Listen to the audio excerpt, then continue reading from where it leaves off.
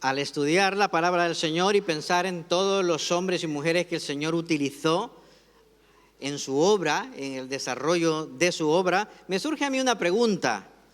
¿Eran conscientes estos hombres y estas mujeres de el impacto que tendrían por su servicio al Señor en su obra?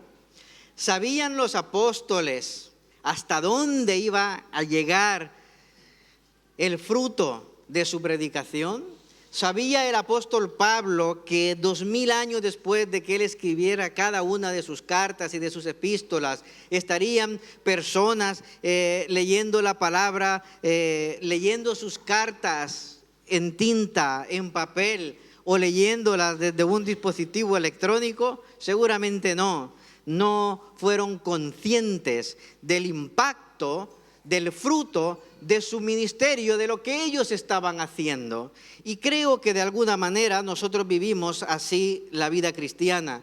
Pensamos que venir a la iglesia el domingo, servir en algún ministerio o asistir a una reunión de oración, pues es simplemente cumplir con una actividad más, cumplir con un requisito, obedecer sencillamente un mandamiento. Pero la Biblia nos enseña algo totalmente distinto. La Biblia dice que tú y yo formamos parte de una historia y de un plan muchísimo más grande que tú y yo.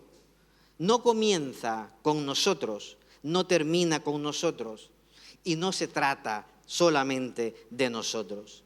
Y tampoco esta historia comenzó cuando Jesús dijo: id y haced discípulos a todas las naciones, bautizándolos en el nombre del Padre, del Hijo y del Espíritu Santo. La historia comenzó mucho antes. La historia comenzó en el mismo corazón de Dios.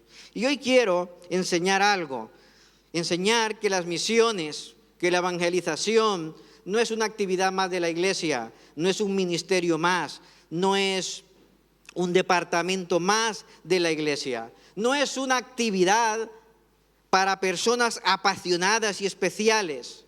Las misiones, la evangelización, el llevar, el proclamar el nombre del Señor a todas las naciones es el hilo, es el propósito, es el plan de Dios y se está manifestado desde el Génesis hasta el Apocalipsis. Cuando nosotros comprendemos esto, vamos a entender que la misión de la iglesia no es precisamente la misión de la iglesia, sino la misión de Dios. Y cuando hablamos de ir al principio, ¿a dónde debemos acudir? Lo sabéis, ¿eh? Cuando hablamos de acudir al principio, ¿a dónde debemos acudir? Al Génesis, desde luego. Cuando nosotros vamos al libro de Génesis, vemos desde el capítulo 1 que en el principio creó Dios todas las cosas. Y dice que todo lo que creó era bueno en gran manera. Todo era hermoso, todo funcionaba como fue diseñado. Había armonía, había paz, había comunión. Pero seguimos leyendo el libro de Génesis, el capítulo 1, y unos capítulos después, todo comienza a romperse y a resquebrajarse. Adán y Eva desconfían de Dios, entran sus dudas y desobedecen. El pecado entra en el mundo. Caín mata a su hermano. La violencia llena toda la tierra y llega el diluvio. Y después del diluvio parecería que la humanidad ha aprendido la lección, pero no. Volvemos una vez más a rebelarnos. Y llegamos hasta Génesis capítulo 11, la famosa historia de Babel. ¿Recordáis qué ocurrió allí? Los seres humanos tienen una idea grande. No voy a decir una ideota para no... Una idea grande, ¿no? Una idea de estas inspiracionales que de repente vienen. No se les ocurre decir otra cosa que hagámonos un nombre. No quieren depender de Dios. Quieren construir una ciudad. Quieren levantar una torre. Y ese es el pecado. No es la arquitectura, no es la ingeniería, no es ni siquiera el rascacielos que querían hacer. Es el orgullo. La humanidad estaba diciendo una vez más: no necesitamos a Dios, nos bastamos a nosotros mismos. Queremos construir nuestro propio reino y queremos ser reconocidos por lo que nosotros mismos hacemos.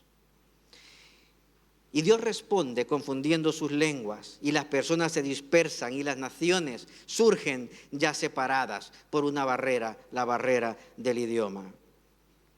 Y el capítulo termina, el capítulo 11, con división, con distancia, con ruptura.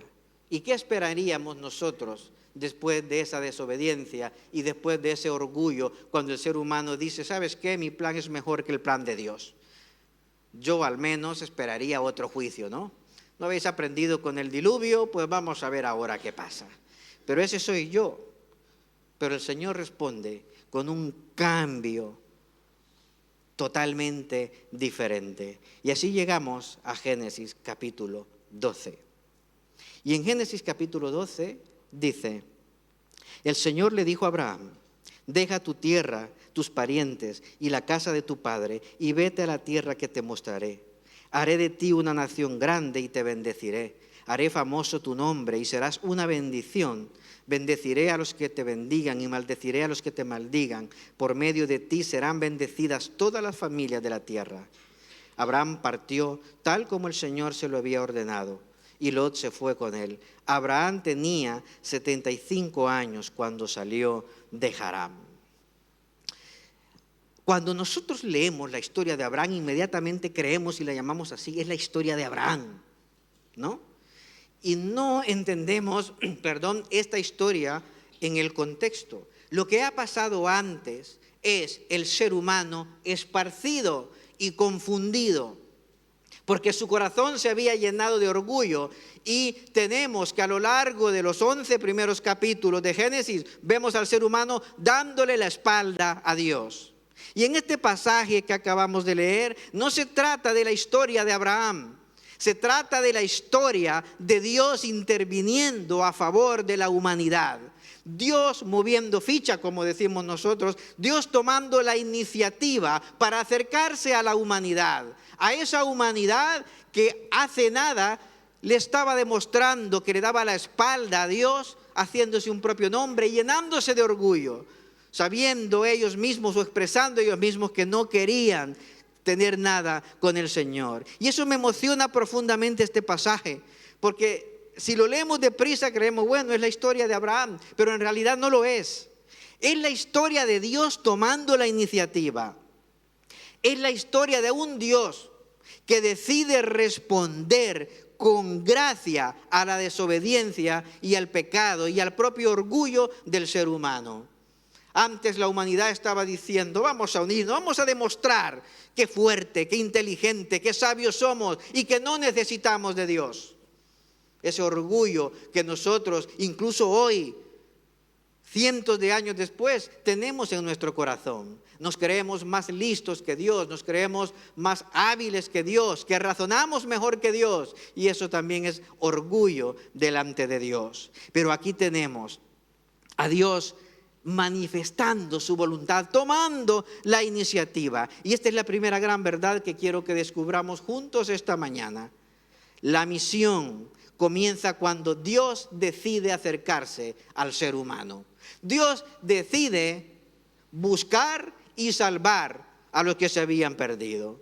No nace en el corazón de Abraham, no nace en el corazón de la iglesia misma. La misión, el propósito de Dios va más allá de la existencia de la propia iglesia. La iglesia surge años después.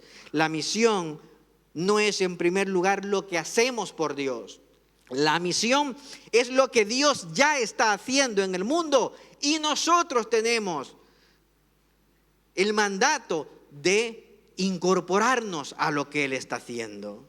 Y esa es la diferencia entre una religión y el evangelio. Las religiones cuentan la historia del ser humano intentando llegar a Dios a través del esfuerzo propio.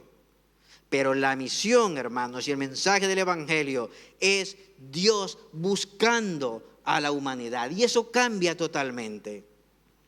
El Señor le dijo a Abraham, dice en el versículo 12, escuchad, el Señor le dijo a Abraham, es Dios buscando a un hombre, es Dios encontrando a un hombre, a una sola persona y manifestando su voluntad.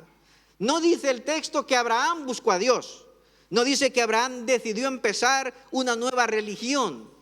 Él y su familia, al estudiar la palabra, encontramos que eran idólatras, adoraban otros dioses, tenían otra religión. No dice que Dios encontró a Dios, dice algo completamente distinto. Dios habló primero. Dios le buscó. El Señor le dijo a Abraham. Él toma la iniciativa. Dios es el que da el primer paso. Y repito, todos los 11 capítulos anteriores vemos a la humanidad dándole la espalda a Dios. Y aquí vemos a Dios tomando la iniciativa para salvación de toda la humanidad. Y aquí nos encontramos nosotros con algo que debe incomodarnos bastante. Y es que Dios, ante la situación de los seres humanos, empieza su programa, su plan de restauración, precisamente, para buscar a esta humanidad.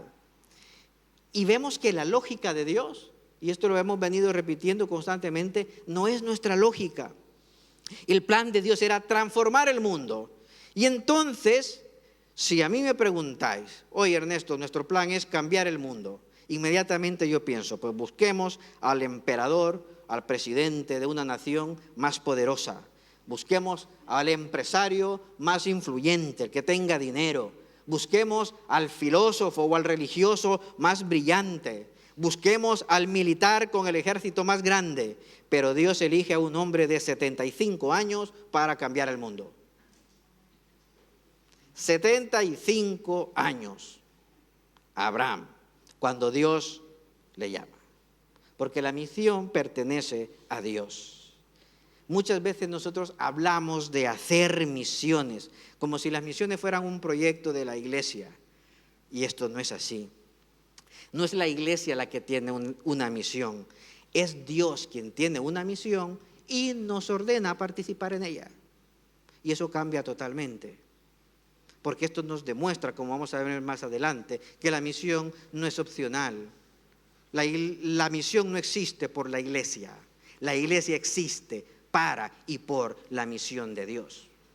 Y eso es lo que nosotros debemos comprender, porque hay una diferencia significativa. Esto significa, familia, que cuando hablamos de evangelizar, de plantar iglesias, de enviar misioneros, no estamos inventando un programa, no estamos inventando un proyecto. Estamos uniéndonos a algo que Dios ya está haciendo desde el libro de Génesis. Desde el inicio. Y no es nuevo. No es nuevo. Es iniciativa de Dios. Es Dios, buscando al ser humano. La misión, y esto lo entendemos, permitidme, voy a beber agua.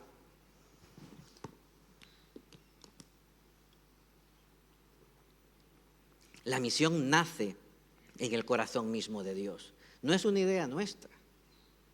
No es una idea de misioneros que dijimos, ¿qué hacemos hoy? Pues mira, a lo mejor y hacemos esto. No, la misión es el plan de Dios. Dios ha tenido el plan de buscar a las naciones, a todas, desde el principio, desde Génesis 12. También hay algo que me gustaría resaltar en este pasaje. Mirad, si alguien me preguntara qué versículos resumen el plan de Dios para el mundo, Génesis 12, versículos 2 y 3, estaría entre los primeros que yo citaría. ¿Por qué? Porque aquí encontramos el propósito eterno de Dios expresado con una claridad también asombrosa. Escuchad lo que le dice Dios a Abraham. Y tened en cuenta la actitud de los de Babel, ¿vale? Ellos querían hacerse un nombre para sí mismos. Ellos querían hacerse famosos a sí mismos. Ellos querían ser populares por sí mismos. Pero escuchad lo que el Señor dice a Abraham. Capítulo 12 de Génesis, versículo 2. Haré de ti una nación grande y te bendeciré. Haré famoso tu nombre y serás una bendición. Bendeciré a los que te bendigan y maldeciré a los que te maldigan.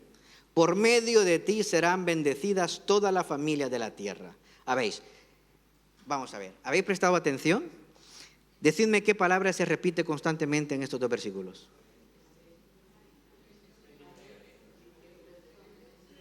Pongámonos de acuerdo. ¿Qué palabra se repite? Bendeciré. Mirad, dice, yo las he contado en esta versión. Bendeciré, bendición, bendeciré y bendecida. Es como Dios enfatizando lo que quiere hacer. Dios quiere bendecir. Y elige a Abraham como receptor en primer lugar de esa bendición para que a través de él sean bendecidas todas las otras naciones. Notad lo que Dios está haciendo aquí. Es como que si Dios nos está resaltando, mirad, tú eres bendecido para bendecir. Tú eres el cauce de un río de bendición. La bendición es para ti, para que a través de ti los demás sean bendecidas, para que las naciones sean bendecidas. Permitidme hacer una pregunta que también me hago a mí mismo. ¿Qué creéis que pasaría o qué creéis que ocurre cuando una iglesia solo piensa en recibir? Más enseñanza, más actividades para nosotros que nos ayuden a solventar y a solucionar nuestros problemas, más recursos para nosotros, más comodidad para nosotros, más bendiciones para nosotros, más programas para nosotros, más y más y más para pasarlo bien aquí nosotros. Sin darse cuenta, una iglesia que piensa así se convierte en un lago espiritual. Toda la bendición llega, pero jamás sale. Y la iglesia es un río que transporta la bendición del Señor para todas las naciones. No somos un lago. A mí me gustan los lagos, ¿no? De hecho, yo le pido al Señor, Señor, si a ti te place, para mi jubilación, un pisito pequeñito con unas vistas a montaña o un lago o al mar.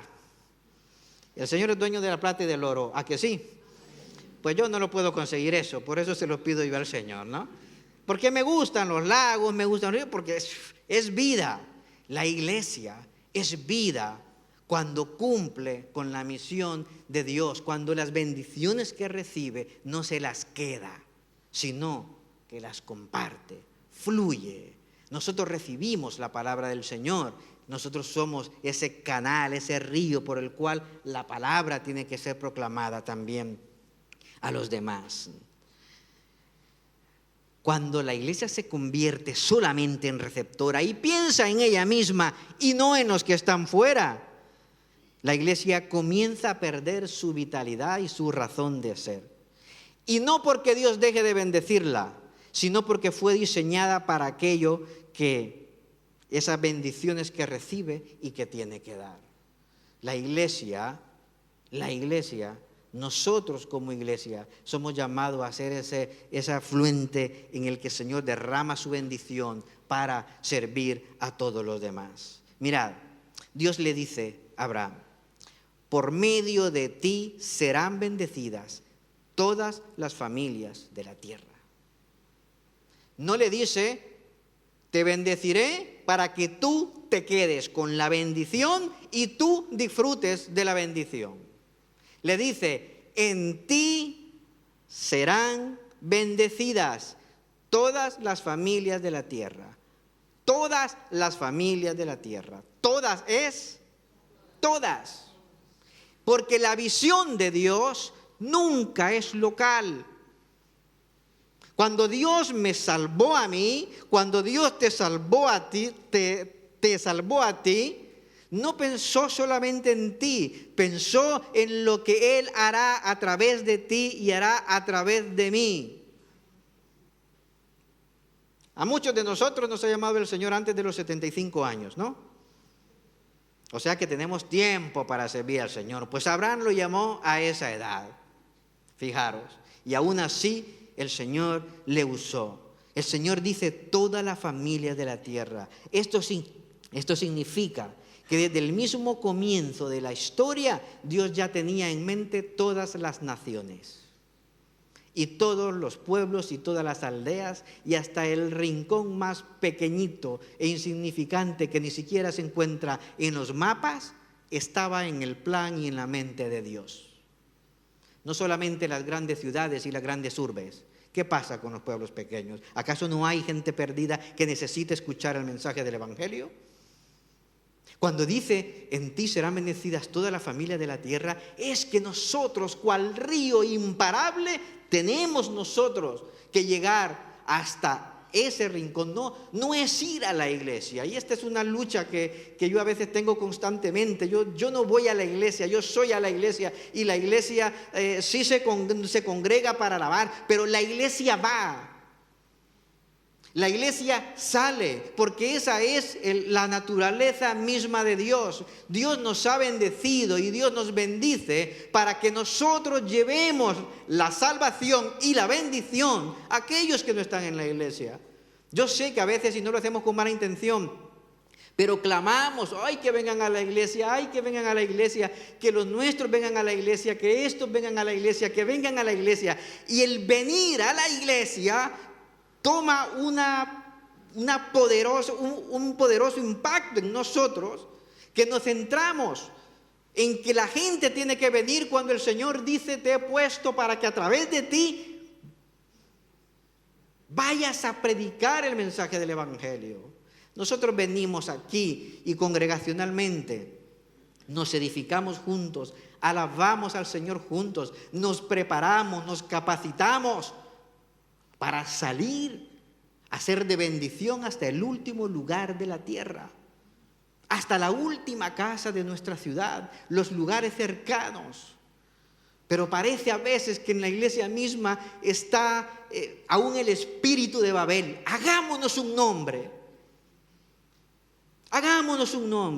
que seamos conocidos. Aquí no se trata de que seamos conocidos, aquí se trata que la gente que no conoce a Dios conozca a Dios. Aquí de lo que se trata es que Dios sea conocido y no de nuestro nombre.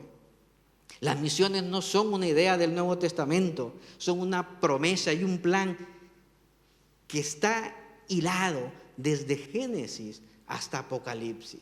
Y esa es la misión de la iglesia. Yo no debo preguntarle al Señor, Señor, ¿quieres que predique yo el Evangelio?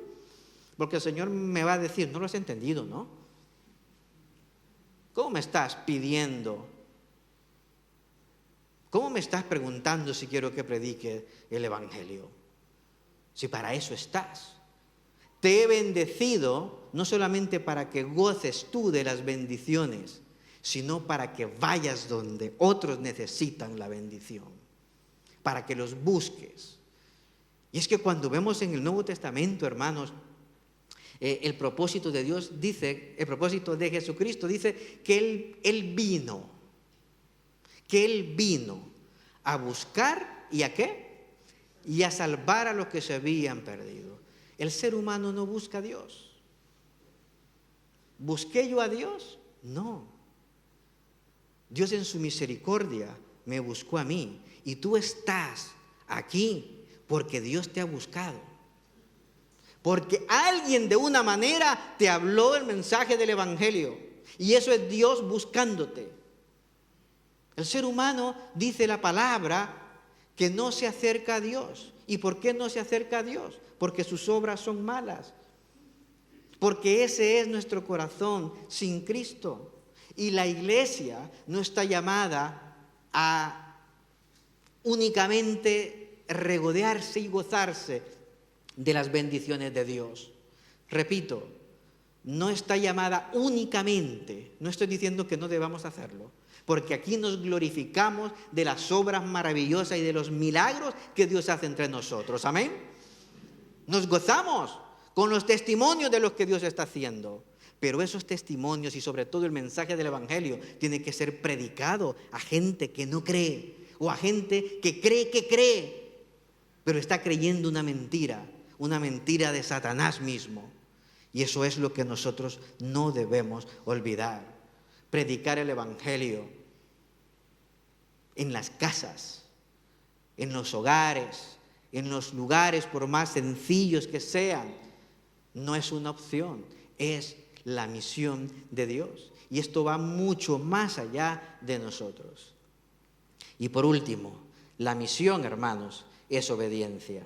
Hasta aquí hemos contemplado dos grandes verdades. La primera, Dios toma la iniciativa.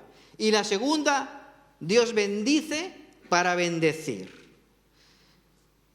Pero hay una cosa más. Aquí la pregunta ya cambia. Ya no es ¿qué hará Dios? Porque nos ha quedado claro qué es lo que está haciendo Dios, ¿no? Dios ya está obrando en el mundo. Parece que no, pero nos parece a nosotros. Y lo que a nosotros nos parece no necesariamente es la realidad. Dios está obrando en el mundo. Y gente se está convirtiendo en el mundo. Porque Dios está obrando, porque ha estado obrando desde el Génesis y lo hará hasta el fin de los tiempos. Aquí la pregunta es, ¿qué harás tú? Y si nos vamos al texto es, ¿qué hizo Abraham? Génesis 2:4 dice, Abraham partió, tal como el Señor se lo había ordenado, y Lot se fue con él. Abraham tenía 75 años cuando salió de Harán. La respuesta ocupa solamente una frase. La respuesta a la pregunta, ¿qué hará Abraham? Y es sencilla. Dice que Abraham partió. Abraham partió. Sujeto y el verbo. Abraham partió. Y luego la acotación significativa. Tal como el Señor se lo había ordenado. Solo eso. No hay discurso, no hay negociaciones, no hay condiciones, no hay garantía, no hay un plan revelado, solo hay obediencia. Abraham, ¿sabéis cómo se le conoce a Abraham? El padre de la fe. No caminó por vista. Y escuchad lo que se dice de Abraham en Hebreos 11:8. Por la fe, Abraham, cuando fue llamado para ir a un lugar que más tarde recibiría como herencia, obedeció y salió sin saber a dónde iba. Cualquiera puede decir, ¡ay, qué irresponsable fue Abraham! ¿Quién en su sano juicio sale sin saber a dónde va? Y humanamente, esclavado, ¿no? A veces mi esposa y yo decimos, pues hoy vamos a ir a comer. Vamos, salimos al coche. ¿Para dónde vamos? Y andamos dando vueltas por la ciudad pensando a dónde vamos. Y decimos nosotros, la próxima vez decidimos mejor, antes de salir, a dónde vamos. Es nuestro pensamiento lógico, pero lo vemos aquí. Es que escuchad, si esto no nos sorprende, si esto no remueve nuestra cabeza, no lo hará nada. Por la fe, Abraham, cuando fue llamado para ir a un lugar que más tarde recibiría como herencia, obedeció y salió sin saber a dónde iba. Nosotros queremos saber antes de ir a la iglesia si vamos a encontrar sitio, incluso. Y eso solamente lo sabe nuestro Padre que está en el cielo, igual que el día y la hora de su venida. Esta última frase me impresiona, sin saber a dónde iba. Abraham dejó su tierra sin conocer el destino. Y repito, no porque fuera irresponsable, sino porque conocía y confiaba a quien lo había llamado. Y aquí hay una lección preciosa. La fe cristiana no consiste en confiar en un plan, consiste en confiar en una persona. Y esta persona es Dios. Si Él nos ha dicho, y ve, predica, ¿qué tenemos que hacer? Ir y predicar. ¿A dónde? Sal y deja que el Espíritu Santo te guíe. El plan no es tener, hermanos, el papel soporta todo. El papel soporta todo. Podemos nosotros elaborar el plan más maravilloso del mundo entero, del mundo mundial, pero es el Espíritu Santo el que decide. El apóstol Pablo tenemos ahí que él deseaba venir a España. No sabemos si lo logró, pero vemos cómo el Señor, a través del Espíritu Santo, le decía a dónde tenía que ir. El Espíritu Santo hace la agenda. Y cuando Pablo mismo es enviado a las naciones, es el Espíritu Santo el que se manifiesta a la iglesia. ¿Y cómo se manifestará el Espíritu Santo en la iglesia, hermanos? ¿Cómo se manifestará? a través de la oración, a través de buscar la voluntad del Señor y a través de el ejercicio de la voluntad de Dios sobre todas las cosas. Vemos aquí que Abraham salió sin saber a dónde iba. Nosotros solemos pedir al Señor: Señor, muéstrame tu camino, muéstrame el camino y entonces confiaré. Hay una frase que decimos muchas veces: yo no lo tengo claro. Pues no lo vamos a tener claro el Señor. El Señor no quiere que lo veamos claro. El Señor quiere que obedezcamos. ¿Os imagináis a Abraham allí? Señor, yo tengo 75 años. ¿A dónde voy yo con 75 años? Y al Señor respondiéndole: tú da un paso a la vez. Nosotros solemos pedir al Señor: Señor, muéstrame el camino y entonces confiaré. Pero Dios responde: confía en mí, da un paso y te iré mostrando el camino. Y esa es la vida cristiana. La vida cristiana es una vida de fe. Si lo tuviéramos todo claro, ¿qué fe sería esa? ¿Qué fe sería esa? ¿Eso es vivir por fe? No. Vivir por fe es hacer lo que Dios quiere que haga, confiando en Él, que Él hará todo. Y ahora os pregunto, si damos ese paso de fe, ¿significa que no tendremos problemas y dificultades y retos? ¿No? ¿Los tendremos, a que sí? Si damos ese paso de fe, ¿significa que no nos equivocaremos? Abraham, si continuamos con la historia, da el paso de fe, pero se equivocó. Siendo obedientes, se equivocó. No temamos nosotros equivocarnos. Abraham se equivocó. Y él tenía ideas grandes también. Dijo: uy, vamos por aquí, vamos a pasar. Cuando vean lo guapa que es mi mujer, pues me van a matar a mí para quedarse con ella. Entonces yo tengo una idea fabulosa. Pues voy a mentir y voy a decir que es mi hermano. El padre de la fe. Equivocándose. ¿Por qué? Porque después de todo es un pecador como tú y como yo. Con sus dudas, con sus ideas. Dice el Señor: bueno, dice el Señor, mira. Pero vemos que el Señor va corrigiendo sus pasos. Le va enseñando, le va instruyendo. ¿Se equivocaba? Sí. ¿Fallaba? Sí. Pero daba el paso. Hermanos, nosotros de la misma manera tenemos, sobre todas las cosas, que ser obedientes a la palabra del Señor. La iglesia, estamos aquí para que la gente que no conoce al Señor escuche lo que Dios está haciendo en esta iglesia y a través de nosotros.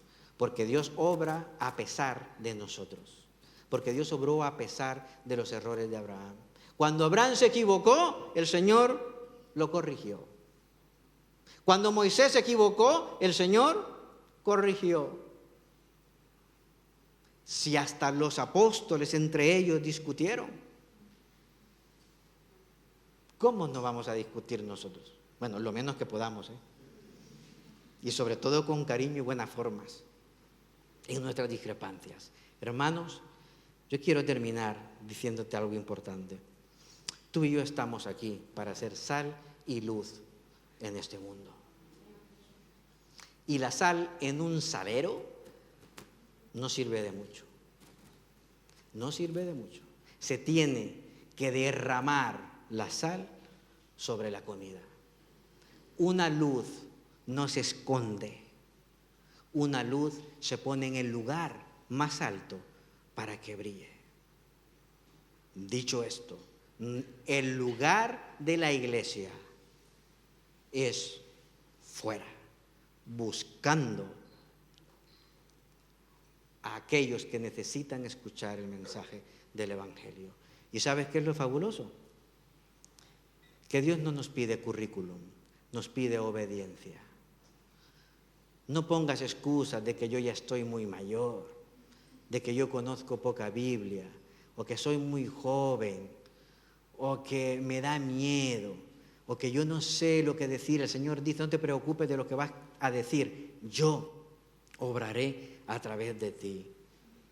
Y esa es una iglesia que comparte el mensaje del Evangelio.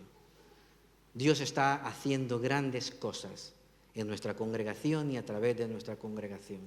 Y debemos continuar, aunque no lo tengamos claro, debemos continuar en obediencia. La obediencia no hace a un lado el miedo ni el temor. Y a veces, hermanos, vamos como Jonás, haciendo las cosas hasta de mala gana. ¿O solo he sido yo? ¿Solo he sido yo que ha hecho algo para el Señor de mala gana?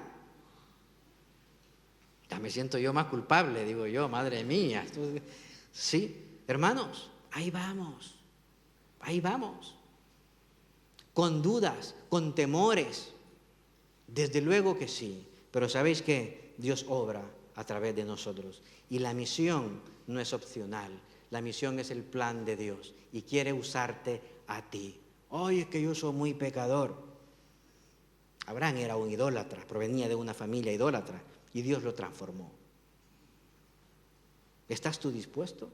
¿Estás tú dispuesta? ¿Qué harás? Tenemos nosotros un punto de misión ahora mismo en Novelda. Y en julio y en agosto vamos a acercarnos más a nuestros hermanos en Novelda. Cada gema tiene asignado un domingo para que se organice, para poder asistir y acompañar a nuestros hermanos allá en Novelda en su reunión.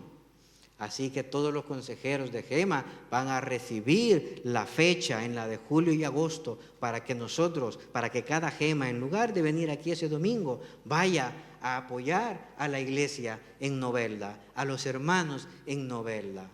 ¿Por qué? Porque es parte de nuestra iglesia, es parte de nuestra misión. Dios está obrando en Novelda también. Gente se está convirtiendo.